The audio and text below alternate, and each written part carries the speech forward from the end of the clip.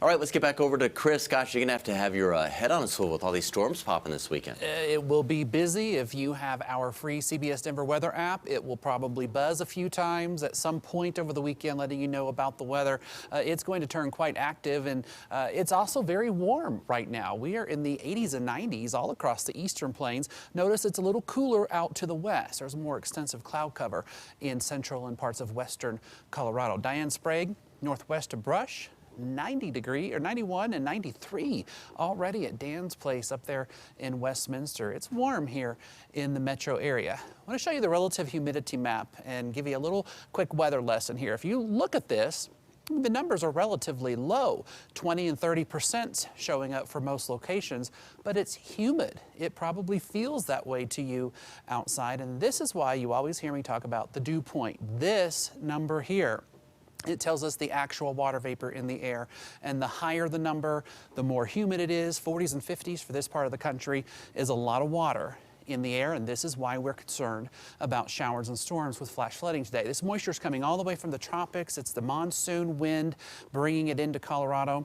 We have showers and storms already popping across a good part of the high country. I want to show you two of our trouble spots because we have some weather precariously close to the Glenwood Canyon here. Some moderate rain now falling just to the north of Glenwood Springs, and then up here in Larimer County, we have a couple of cells popping in and around the Cameron Peak burn scar. So two trouble spots that are already turning active. The flood risk today here in Cameron Peak is the highest on the alert scale. It is significant.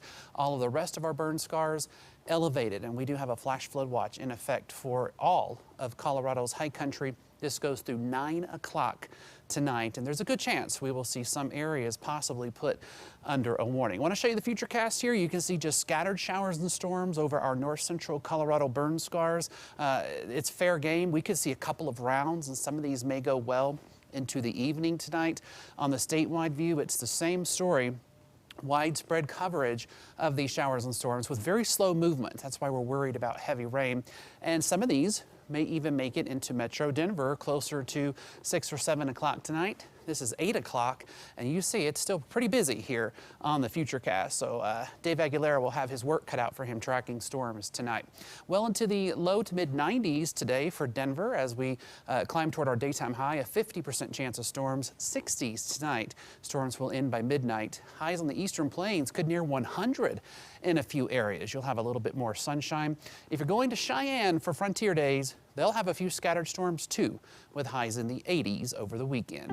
For Denver, we fall into the 80s Saturday and Sunday. And Dominic, those storm chances, they're up there for the next 3 days. So keep that head alert, as you were saying on your toss to me earlier, and we'll keep you posted from CBS 4's Weather Center. And we don't really want to see what's after that, do we yet? No, it's going to get hot. All right, Chris, thank you. Sure.